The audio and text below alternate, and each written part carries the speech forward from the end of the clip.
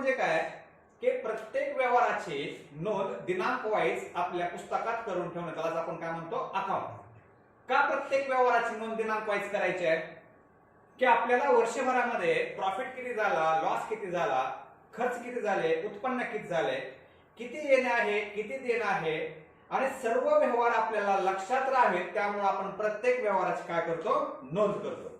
मग व्यवहाराची नोंद करत असताना मित्रांनो आपल्याला एका प्रोसेस मधून जावं लागतंय. आता प्रत्येक व्यवहाराची नोंद म्हणजे व्यवहार म्हणजे काय सांगा बरं, ट्रान्झॅक्शन. ट्रान्झॅक्शन म्हणजे काय व्यवहार. आणि त्या ट्रान्झॅक्शनचे दोन प्रकार आहेत बघा, कॅश ट्रान्झॅक्शन आणि क्रेडिट ट्रान्झॅक्शन. मग त्या ट्रान्झॅक्शन नुसार आपल्याला प्रत्येक ट्रान्झॅक्शन मध्ये कमीत कमी दोन अकाउंट ओळखायचे, बरोबर आहे का? कमीत कमी किती अकाउंट ओळखायचे, दोन. एका अकाउंटला आपल्याला डेबिट द्यायचे आणि दुसऱ्या अकाउंटला काय करायचंय, क्रेडिट द्यायचंय. मग त्या व्यवहाराची सर्वप्रथम नोंद ज्या पुस्तकात सर्वप्रथम केली जाते त्यालाच आपण काय म्हणतो जर्नल एंट्री. त्या जर्नल एंट्री मध्ये एका अकाउंटला डेबिट द्यायचंय तर दुसऱ्या अकाउंटला काय करायचंय, क्रेडिट द्यायचं.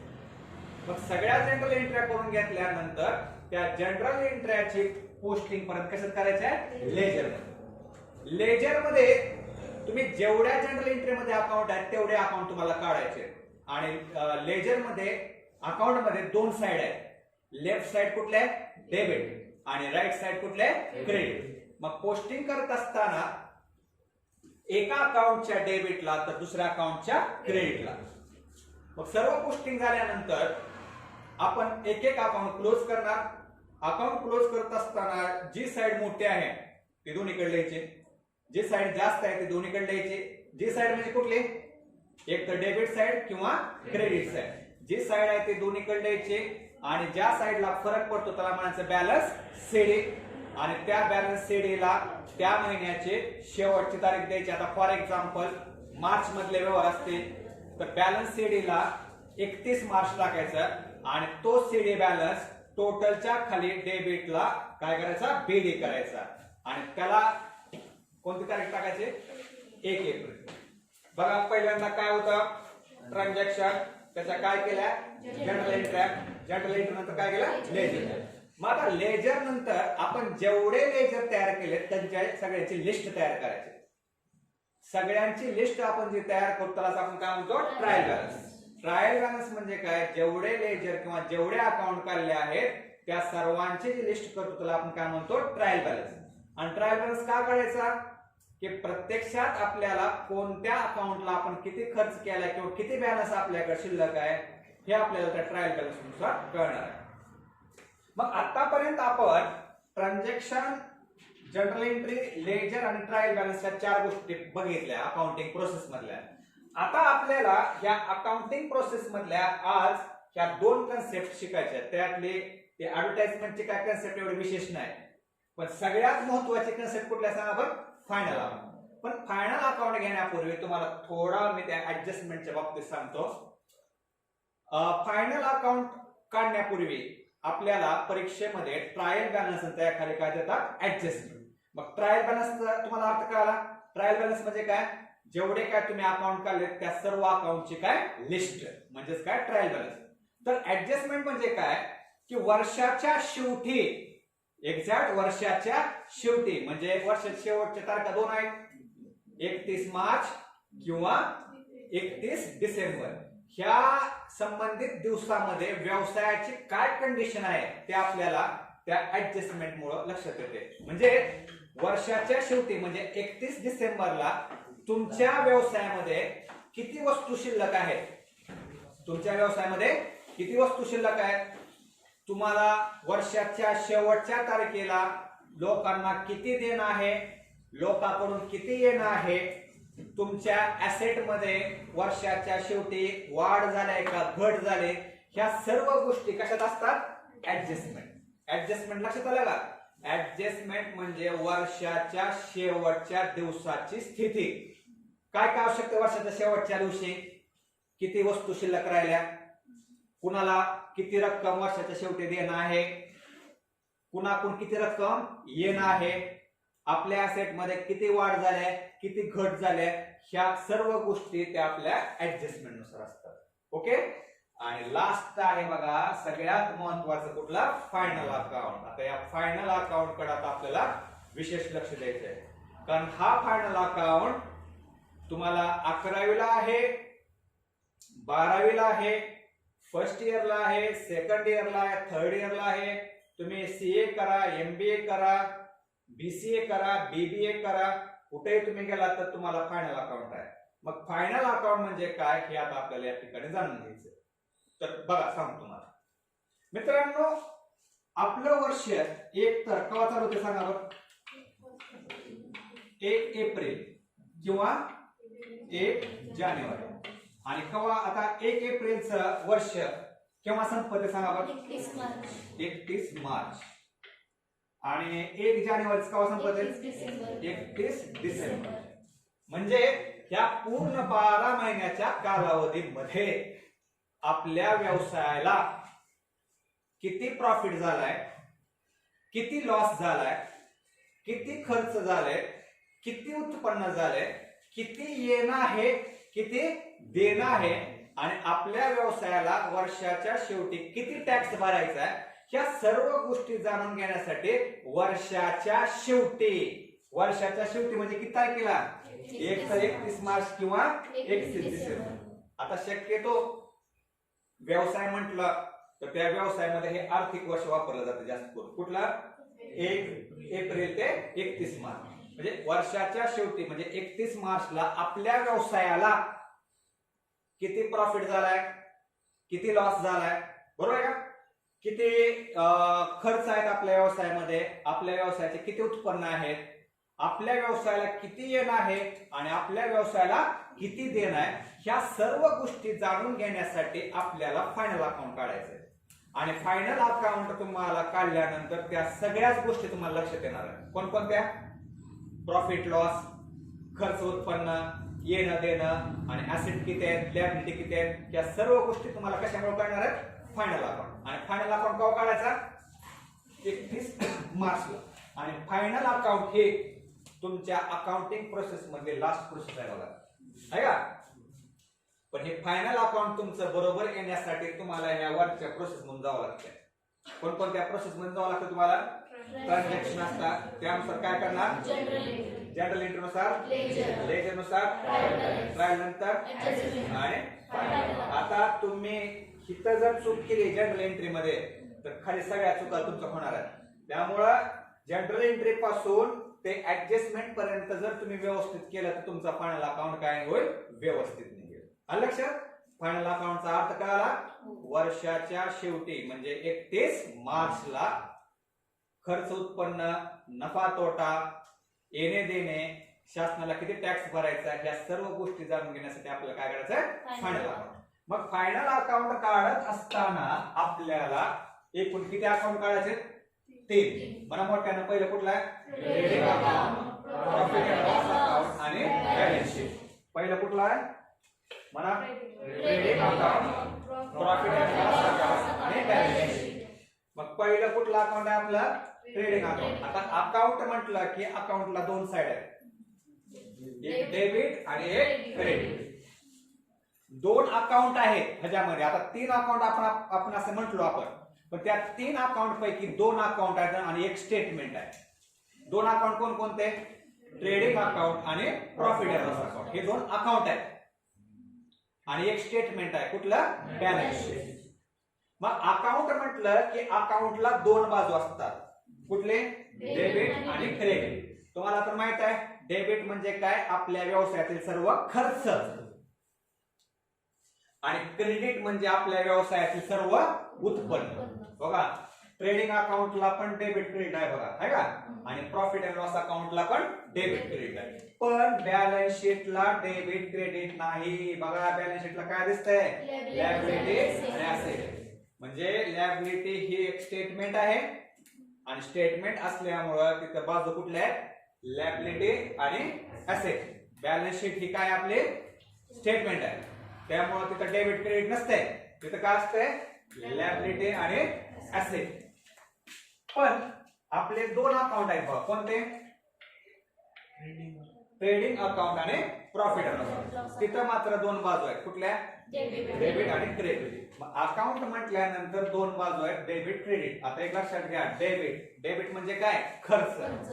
आता तुम्हाला तुमच्या प्रॉब्लेम मध्ये, परीक्षेमध्ये किंवा प्रॉब्लेम मध्ये 15 ते 20 आयटम देतात तुम्हाला. किती येतात? 15 ते 20.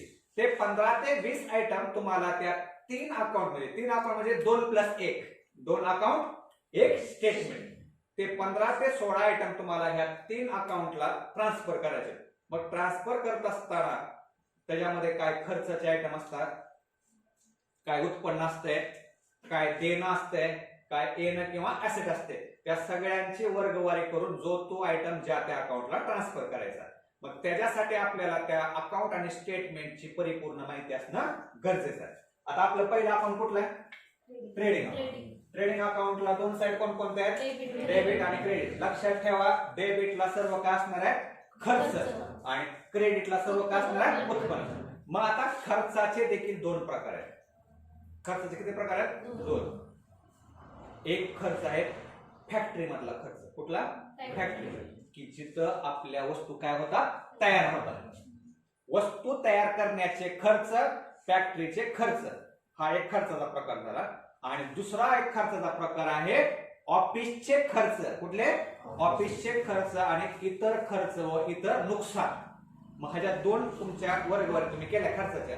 त्याच्यातले आता लक्षात ठेवा, फॅक्टरीचे वस्तू तयार करण्याचे डायरेक्ट खर्च सर्व कुठे घ्यायचे? ट्रेडिंग अकाउंटच्या डेबिट. ट्रेडिंग अकाउंटच्या डेबिटला कोणते खर्च घ्यायचे? फॅक्टरीचे वस्तू तयार करण्याचे. आणि डायरेक्ट खर्च कुठे घ्यायचे? ट्रेडिंग अकाउंटच्या डेबिटला. तर प्रॉफिट अँड लॉस अकाउंटच्या डेबिटला कसले खर्च घ्यायचे? ऑफिसचे खर्च, जनरल खर्च आणि आपले लॉस डेबिटला घ्यायचे. ते कोणकोणते खर्च आहेत ते तुम्हाला मी फॉर्मॅट समजून सांगणार आहे. आणि तुम्हाला आपण मॅक्झिमम प्रॉब्लेम घेतल्यामुळं लक्षात येणार आहे. ओके, हे झालं डेबिट बाजू. आता क्रेडिट बाजूला लक्षात ठेवा, क्रेडिट बाजू म्हणजे काय असते? उत्पन्न. इथं देखील 2 टाईपचे उत्पन्न आहेत. एक वस्तू तयार करण्याचे उत्पन्न म्हणजे फॅक्टरी मधून मिळालेलं उत्पन्न. फॅक्टरी मधून मिळालेलं उत्पन्न कुठे घ्यायचं सांगा? ट्रेडिंगच्या क्रेडिटला. आणि इतर ऑफिशियल उत्पन्न कुठे घ्यायचं? प्रॉफिट लॉसच्या क्रेडिटला घ्यायचं. प्रॉफिट लॉसच्या क्रेडिट. मग आता मित्रांनो, ट्रेडिंग अकाउंटच्या डेबिटला कोणकोणते आयटम येतात हे तुम्हाला मी सांगतो. मी तुम्हाला ह्याच्या अगोदर काय म्हटलंय, तुम्हाला परीक्षेमध्ये प्रॉब्लेम कसा असतो? Trial balance. आणि त्याखाली काय असतात? ऍडजस्टमेंट. ट्रायल बॅलन्स मध्ये तुम्हाला 15 ते 20 आयटम असतात. 15 ते 20. ते 15 ते 20 आयटम ह्या 3 अकाउंटला ट्रान्सफर करायचे. आणि पाठ करायची बिलकुल ही गरज नाही. तुम्हाला लिहून तुम्हाला सगळे आयटम लक्षात येतील. तेच आयटम आहे. मग ते आयटम पोस्टिंग करण्यापूर्वी कोणत्या अकाउंटला कुठला आयटम येतो, त्या अकाउंटचा अर्थ काही माहित असलं की एकदम आपल्याला सोपं जाणार आहे. आता पहिला अकाउंट कुठला आहे? Trade account. त्यातला पहिलाच आयटम कुठला असतो? Opening stock. आता ओपनिंग स्टॉक कन्सेप्ट सांगतो.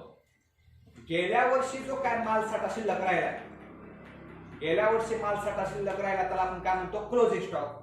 तो गेल्या वर्षाचा मालसाठा ह्या वर्षी आपल्यासाठी काय असतो? ओपनिंग स्टॉक असतो. म्हणजे गेल्या वर्षाच्या शिल्लक राहिलेल्या वस्तू आपण ह्या वर्षी प्रोडक्शन साठी वापरतो, त्यालाच आपण काय म्हणतो? Opening stock. त्यामुळे ओपनिंग स्टॉक नेहमी ट्रेडिंग अकाउंटच्या कुठे घ्यायचा? डेबिटला. ओके. त्यानंतर ओपनिंग स्टॉक नंतर आहे बघा परचेसेस. तुम्हाला वस्तू तयार करायच्या आहेत. वस्तू तयार करण्यासाठी तुम्ही कच्चा माल जे खरेदी करता त्याला तुम्ही काय म्हणता? परचेस. आणि त्या परचेस मधून समजा त्या वस्तू खराब लागल्या तर ते वस्तू आपण वापस करतो, त्याला आपण काय म्हणतो? Purchase return. त्यामुळे परचेस रिटर्न त्यातून काय केलंय? लेस केलंय. त्या परचेस रिटर्नलाच रिटर्न आउटवर्ड पण आहे. मराठीत अर्थ पण दिलेत बघा तुम्हाला. ओपनिंग स्टॉकच्या कंसात काय दिसलंय? सुरुवातीचा मालसाठा. परचेसच्या कंसात काय दिसलंय? खरेदी. आणि त्यानंतर परचेस रिटर्न म्हणजे काय? वस्तू परत करणे. का बाबा तुम्ही परचेस रिटर्न मायनस केलं सांगा? वस्तू गेल्या ना, कमी झाला ना. समजा 50,000च्या वस्तू खरेदी केल्या तुम्ही, त्यातल्या 4,000च्या वस्तू खराब निघाल्या, त्यामुळे 4,000च्या वस्तू तुम्ही वापस केल्या, त्यामुळे तुमचं परचेस किती झालं? 46,000. ओके. त्यानंतर सगळ्यात महत्वाचा आयटम आहे कुठला? वेजेस. आता मला सांगा, तुमच्याकडे कच्चा माल आला, तुम्हाला तर वस्तू बनवायच्या आहेत. आता हे आपले कुठले खर्च चालू आहेत? फॅक्टरी मधले, म्हणजे ट्रेडिंग अकाउंटच्या डेबिटचे. वस्तू तुमच्याकडे कच्चा माल आहे, मग आता ते कच्चा माल तुम्हाला पक्का माल बनवायचा आहे. मग त्याच्यासाठी तुम्ही मजूर लावता. मजूर लावता म्हणजे सोयाबीन काढायला, हरभरा काढायला कसं मजूर लावतो आपण, म्हणजे आपल्या वस्तू तयार करण्यासाठी जे आपण मजूर लावतो आणि त्याला आपण जे मजुरी देतो, आपल्या भाषेत त्याला आपण सॅलरी म्हणू. पण इथं सॅलरी आणि मजुरीचा अर्थ वेगळा आहे. मजुरी म्हणजे काय? वस्तू तयार करण्यासाठी दिलेले वेतन. ते पण आपला फॅक्टरीचा खर्च आहे, त्यामुळे कुठे घ्यायचा?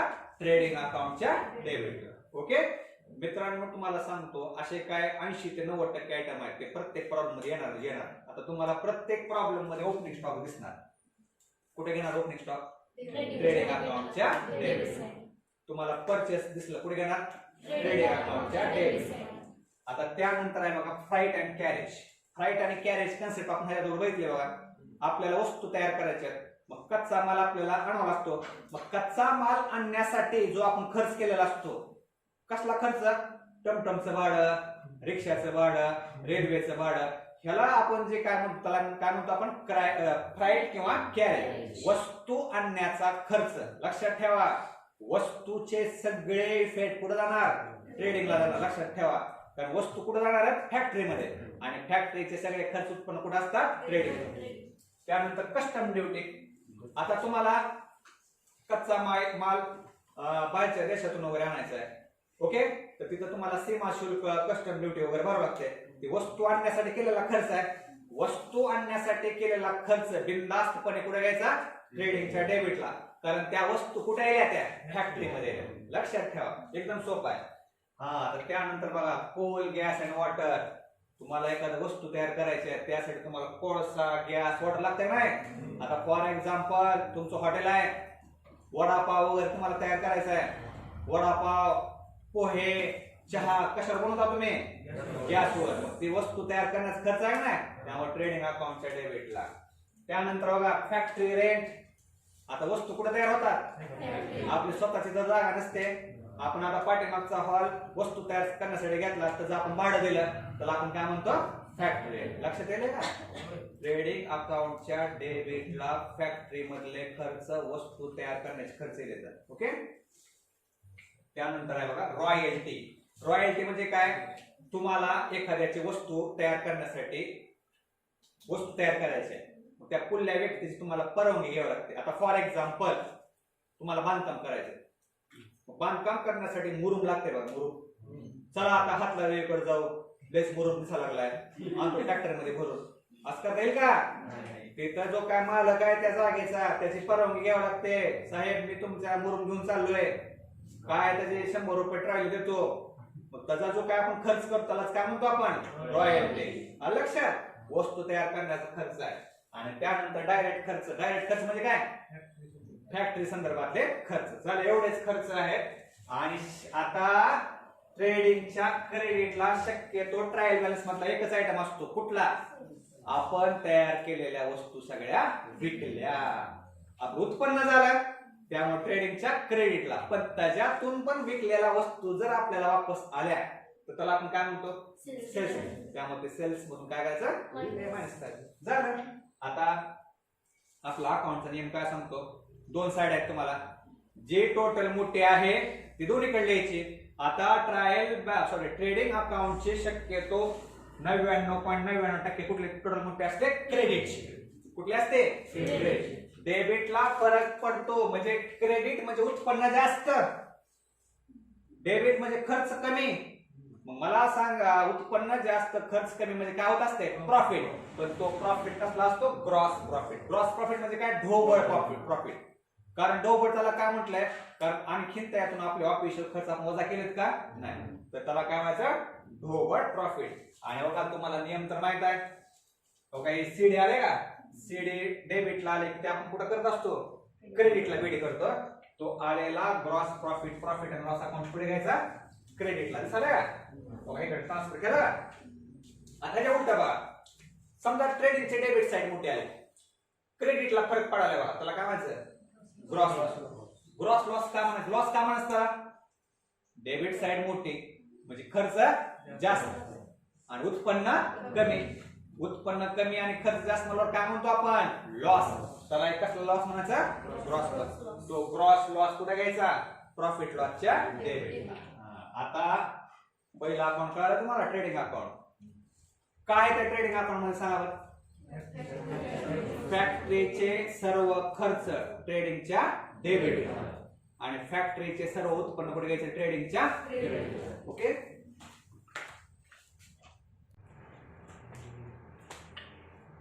आता पहिला अकाउंट झाल्यानंतर दुसरा अकाउंट कुठला आहे? Profit account. ह्याला देखील दोन बाजू आहेत. डावी बाजू डेबिट, उजवी बाजू क्रेडिट. डेबिट म्हटले की लक्षात ठेवा, डेबिट म्हणजे काय? खर्च आणि क्रेडिट म्हणजे काय? उत्पन्न. आता ट्रेडिंग अकाउंटला सगळे फॅक्टरीचे खर्च घेतले होते.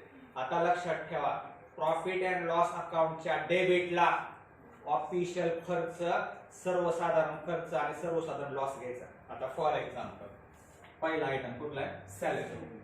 आता आपल्या ऑफिस मध्ये कामाला नोकर असतात, त्याला दिलेली पगार. रेंट अँड टॅक्सेस, ऑफिस साठी दिलेलं भाडं. ऑफिस एक्सपेन्सेस म्हणजे ऑफिसचा खर्च. Carriage outward. आता कॅरेज आउटवर्ड आणि कॅरेज इनवर्ड कन्सेप्ट लक्षात ठेवा.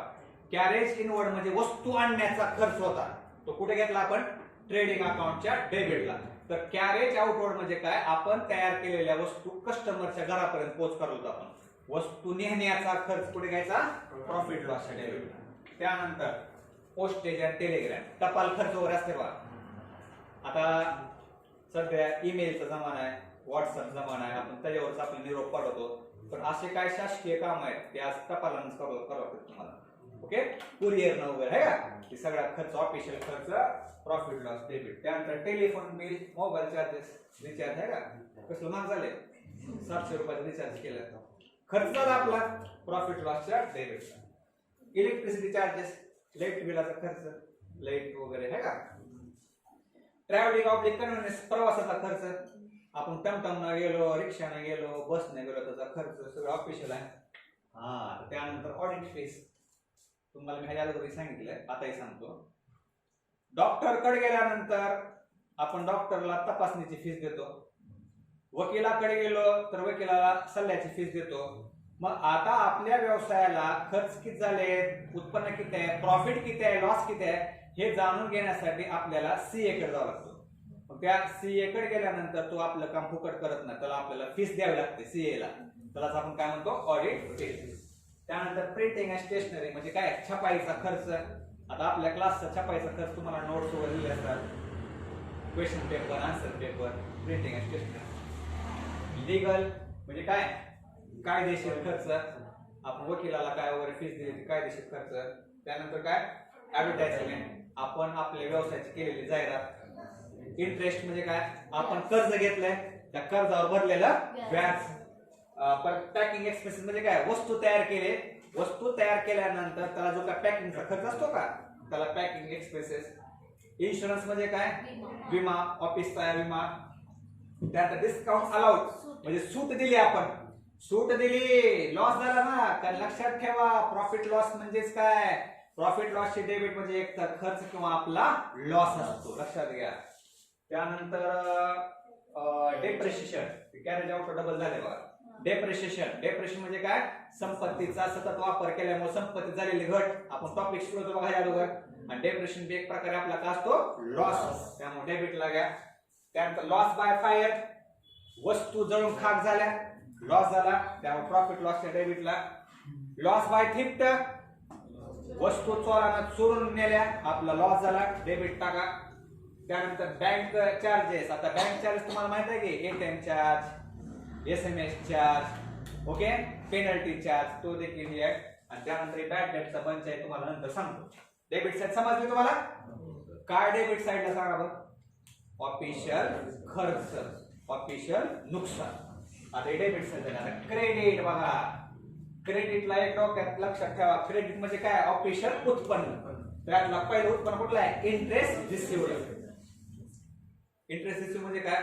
तुम्ही बँकेत पैसे ठेवले, तिथून मिळालेलं व्याज. डिस्काउंट रिसिव्हड, तुम्हाला मिळालेले सूट.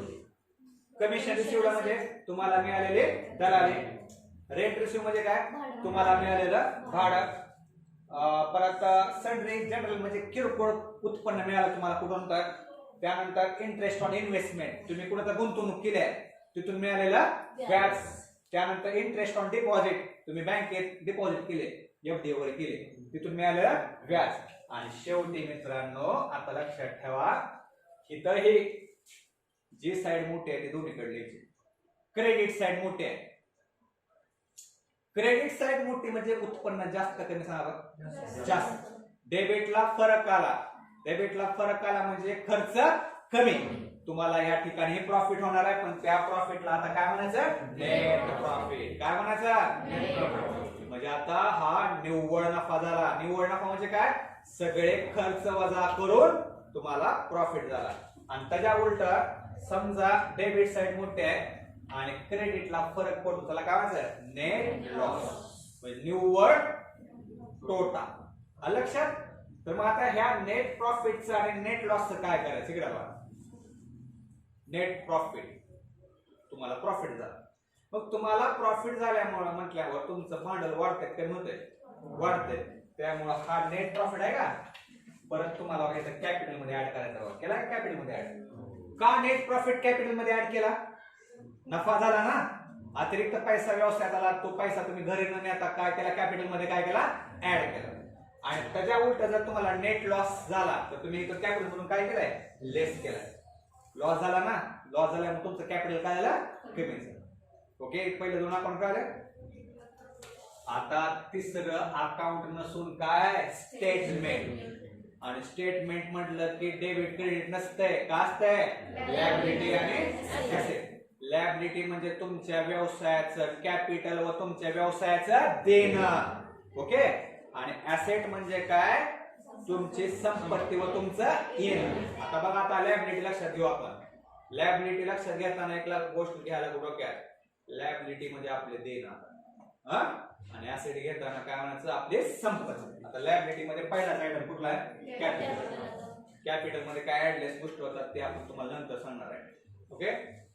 त्यानंतर सन्ड्री क्रेडिट साहेब आहे का? किरकोळ देणे. कन्सेप्ट सगळ्या झालेत की आपल्याला? किरकोळ देणे. बँक लोन म्हणजे काय? बँकेचं कर्ज. बँकेचं कर्ज घेतल्यानंतर तुम्हाला भविष्यात द्यावं लागतं का नाही? त्यामुळे देणं असल्यामुळे लायबिलिटीला. बँक ओव्हरड्राफ्ट ही कन्सेप्ट लक्षात ठेवा, मी परत एकदा सांगतो.